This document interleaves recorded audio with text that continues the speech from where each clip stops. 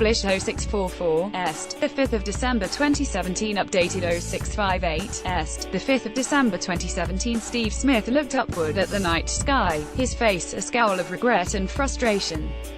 He had blown his reviews, dropped a catch, and England's batsmen were closing in as relentlessly as the dark. A test match that had once looked to have been heading incontrovertibly in Australia's direction was now in the balance, and edging towards a gladiatorial conclusion. Overnight, it was too close to call.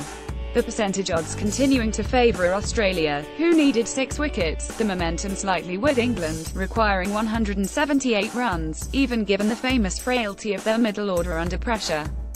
Yet there was also a subplot, a conversation, that did not concern Smith, Joe Root, or any of the players under the lights of the arena, but should resonate with those on the outside of the ropes who continue to love the long-form game in all its seesaw glory.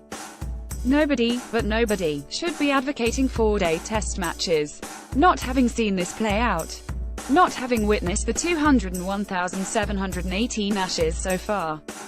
Joe Root left and Chris Woakes leave the field at the end of play on day 4 in Adelaide. A first test in Brisbane needed space to breathe on the 5th morning, to give Australia their deserved victory.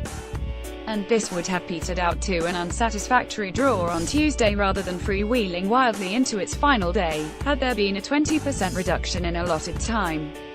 The argument is that, given 4 days, players will adapt. Score faster, get through the overs quicker, take more risks, make funkier declarations. And maybe they will. But it won't be Test cricket, then. It won't present the same challenges, make the same demands of concentration, athleticism, determination. It won't be as intelligent, as complex, have the same ebbs and flows. It won't be like this, it won't be like the second test in Adelaide, the first day night in Ashes history. That is gimmick enough, surely? Playing Test cricket under floodlights at 9:30 p.m. on a Tuesday. Well, live with that. The rest, leave the hell alone. Whatever happens on day 5, and it's England, so only a lunatic would rule out the prospect of a crashing anticlimax. From the tourist's point of view, this has been a cracking test match. And it wouldn't have been without the space to grow and develop organically. It wouldn't have been as compelling, have swung first in Australia's favour, and quite significantly, before inch by inch coming back towards England.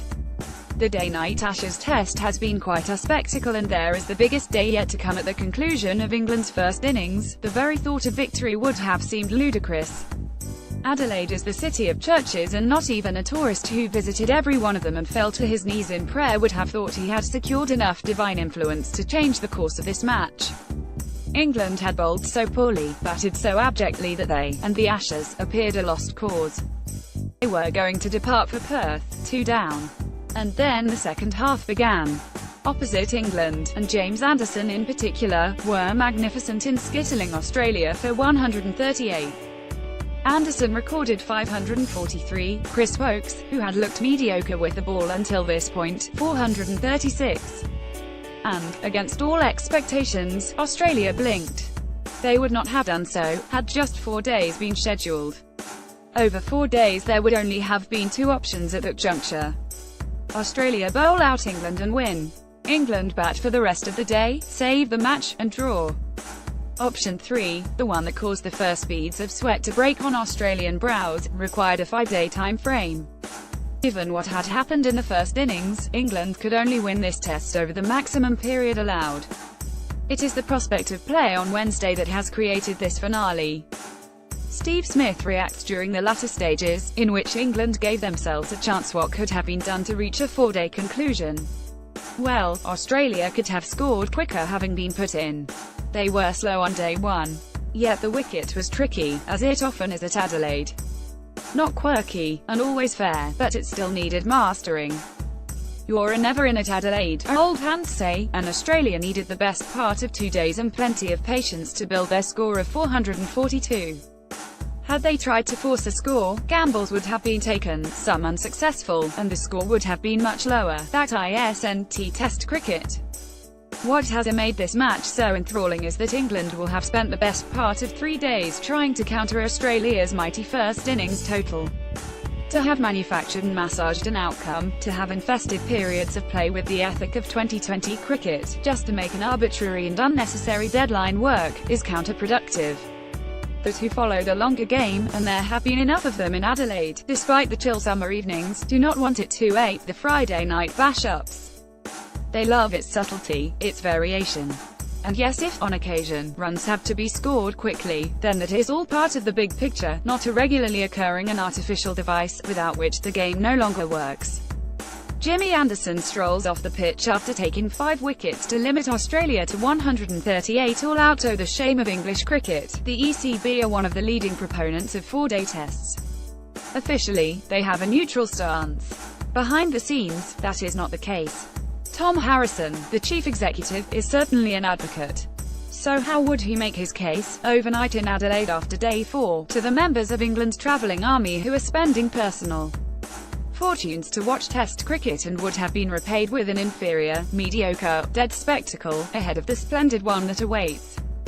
The Barmy Army were in full voice at the end here, mocking Australia's absence of reviews, reveling in what was at the time a wholly unexpected reversal of fortune. It was wonderful, boisterous theatre. Sport at its absolute best. As nobody sells 5th-day tickets for test matches anymore, because more than 40% of them no longer last that long in the modern era. Admission at the Adelaide Oval will be by gold coin charity donation, in Australian parlance that it's a $1 or $2 coin, so, at the current exchange rate, top price £1.13, bottom 56p. Whether England last one session, or pull off one of the greatest comebacks in modern Ashes history, it represents the best value for any elite sports event this year. And that is what 4-day tests would deny the fans. Whoever supports the plan should be banned from every cricket ground in the country. Every country.